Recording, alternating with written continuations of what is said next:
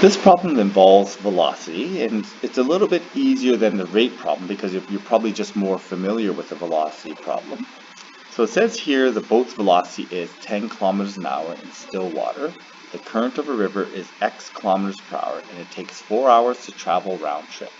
15 kilometers upstream, 15 kilometers back downstream. So we're trying to figure out what the current of the speed is. So we're trying to solve for x. So we know that velocity times time, or velocity is equal to, I'll write this as a rational expression, velocity is equal to the distance or displacement divided by time. Okay, so we know that we have a round trip travel time. Okay, so we can say that 15 kilometers upstream, 15 kilometers downstream. So let's say that the velocity upstream is equal to 10 kilometers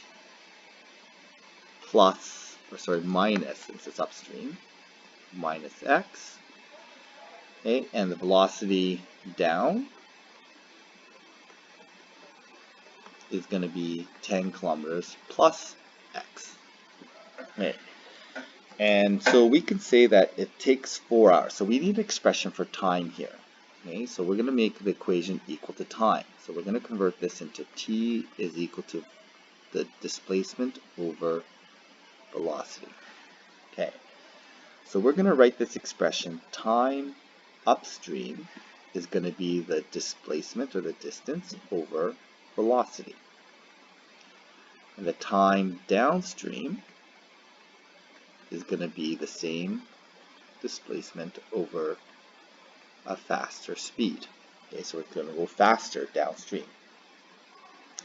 And we can make an equation because now we have the expression, rational expression for time, and we have the value of time, which is 4 hours.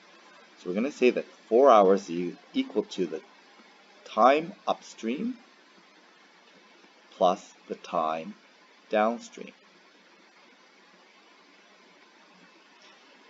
So just to kind of go back a little bit here, so this is a velocity time problem, so we know we have these relationships. Okay?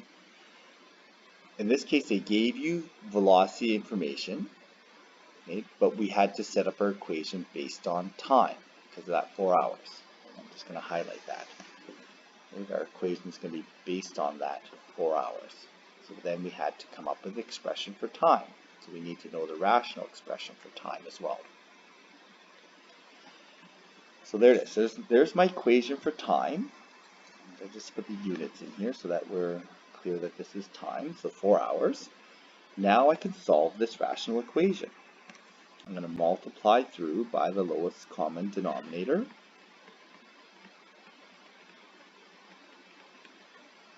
So I end up with 4, and then that's a difference of squares. We're going to cancel out the x minus 10, so we're left with x plus 10. Cancel out the x plus 10, so we're 10 plus x, so we're going to be left with 10 minus x. Expand this out, so we have negative x squared, 4x squared plus 400. This is equal to 150 plus 15x plus 150 minus 15x. Those cancel out.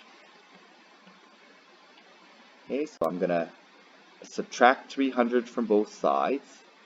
I'm going to subtract 4x squared from both sides, add 4x squared to both sides, and then I can solve for x. So I end up with x squared equals 100 divided by 4.